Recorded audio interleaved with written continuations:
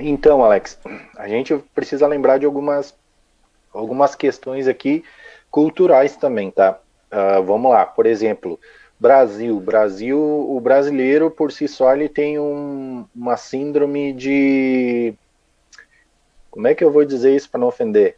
De coitadinho, tá? Sendo bem gentil, uma síndrome de coitadinho, que ele se acha, às vezes, eu acredito que ele acha que a nossa cultura, a cultura local, é inferior à cultura das demais, das demais culturas ao redor do mundo, tá? Vamos começar que aqui hoje a gente sofre uma influência cultural muito grande dos países da América do Norte, tá? Tudo tem que passar pelo crivo dos países da América do Norte para a gente aprovar. A maioria das questões. E já vou chegar onde eu quero chegar. E se a gente analisar o surgimento da Umbanda, nós estávamos sobre uma regência cultural eurocentrista, né? A Europa que regia a forma de pensamento e dizia como nós devemos nos comportar, né? Infelizmente era assim, não teria como mudar porque era uma imposição cultural e nós precisávamos nos portar dessa maneira.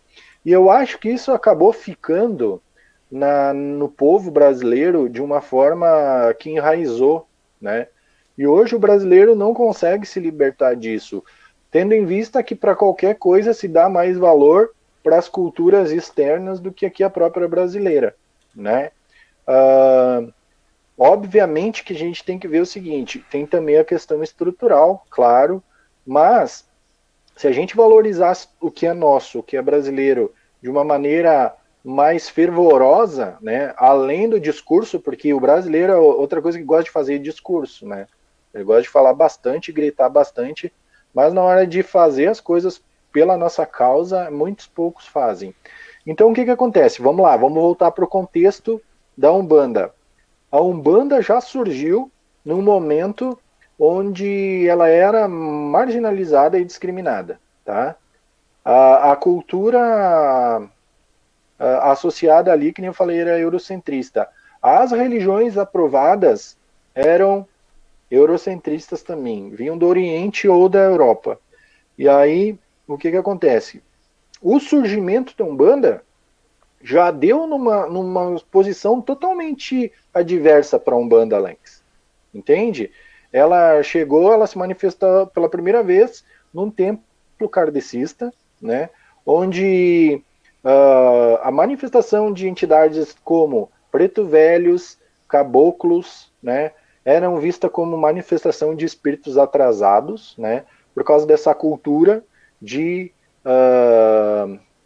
que de certa forma é racista, né, ver alguns povos atrasados por causa da sua cultura, isso é inconsequente demais. Então, a Umbanda já se manifestou ali de uma maneira já diversa, né? Então, imagina uma religião, né, que era tida como levada por espíritos atrasados, como que o brasileiro, no contexto ali do surgimento da Umbanda, ia se sentir e dizer, não, isso aí não serve para mim. E aí era associada a macumba, né? Associada a macumba. E a gente carrega esse estigma de fazer mal, ou de macumba, desde aquela época. E isso para mudar não é fácil. Porque, como eu disse, a gente tem essa questão de ser coitadinho. Nada que é nosso é bom, o que é bom é o dos outros. Né? Então, aí já cria uma barreira. Já começa que assim, não, Umbanda, imagina, né? O bom é aquela lá, o bom é aquela outra, porque tá na Bíblia, porque tá não sei aonde, né? E a gente vem de certa forma, é como o africanismo que vem de uma tradição oral. Não existe isso, tu aprende a religião dentro do terreiro, com as entidades.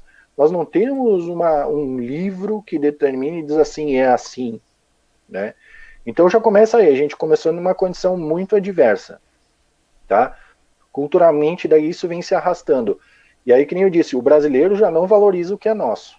Já não valoriza o que é nosso. O que é externo é muito melhor porque vem do primeiro mundo, né? E aí, já tem a síndrome de coitadinho, aí é difícil. Por quê? Por que eu falo da síndrome de coitadinho? Porque a gente baixa a cabeça por causa de determinadas religiões que elas se apresentam como o nome do Cristo, sabe? Ah, eu falo em nome do Senhor, eu falo em nome de Cristo, e a gente abaixa a cabeça e esquece de dizer que o Cristo está na Umbanda também, né? Por quê? Porque a gente não consegue mostrar para os nossos irmãos na comunidade que a Umbanda é uma religião cristã também, né, Alex? Não consegue mostrar. Por quê? Porque a gente não tem argumentos, a gente não tem, às vezes, coragem de iniciar um discurso, porque nós já viemos marcados com esse estigma de os macumbeiros, os atrasados, os que, né, a primeira coisa, eles matam galinha na encruzilhada, né? Primeira coisa que eles pensam é assim, não dá para conversar com esses macumbeiros, que eles vão fazer o mal, mas a gente não consegue se portar ali de uma maneira adequada para isso. Por isso, Alex, que o que tu estás fazendo hoje aqui e o que a gente costuma fazer, os irmãos que estão ligados ao nosso círculo da nossa comunidade religiosa aí nas mídias, que a gente está fazendo de sentar e elucidar e esclarecer para as pessoas, é muito importante para que daqui para frente a gente consiga quebrar esse estigma de que a Umbanda é atrasada, a Umbanda não é o suficiente e a Umbanda não presta. Por quê? Porque nós precisamos estudar, nos preparar, ter argumentos e nos empoderar da situação religiosa que é nossa e que não deveria ser diferente e deveria ser mais forte. Por quê? Nós estamos falando de uma religião que é legitimamente brasileira, tá? Eu não vou entrar em discursos, mas tem a tal.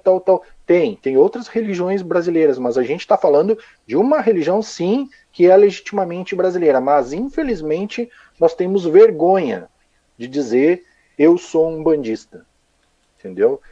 Por quê? Porque nos falta empoderamento da religião. Nós não sabemos dizer a que viemos e por que viemos. Né? Então, o que a gente faz, o que a gente está fazendo, esse tema que tu está abrindo hoje e vários outros temas que tu aborda no canal e os outros irmãos que fazem parte aqui do nosso círculo de convívio, pode ter certeza, é o início de uma caminhada que vai ser longe, vai ser difícil, mas a gente precisa demonstrar através de atitudes e de comportamentos, Alex, condizentes que a sociedade quer ver, né?